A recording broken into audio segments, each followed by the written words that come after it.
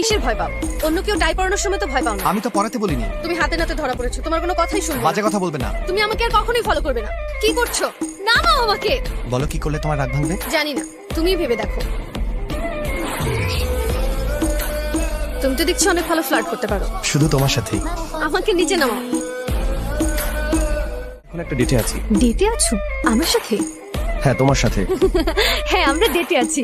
ওর কার্ডটা কি তোমার কাছে ছিল? স্যার শুনুন, দয়া করে এখন ডিস্টার্ব করবেন না।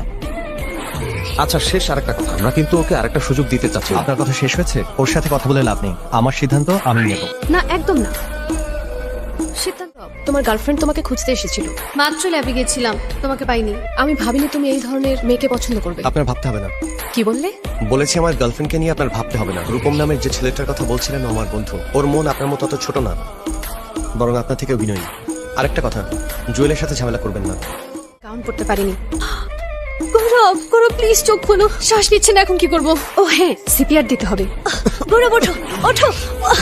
সিপিআর মানে কৃত্রিম শ্বাস প্রশ্বাস প্রক্রিয়া, জানো না? না, আমি কি আমিও আসলে তাই জানতে চেয়েছিলাম। জানতে পারবে?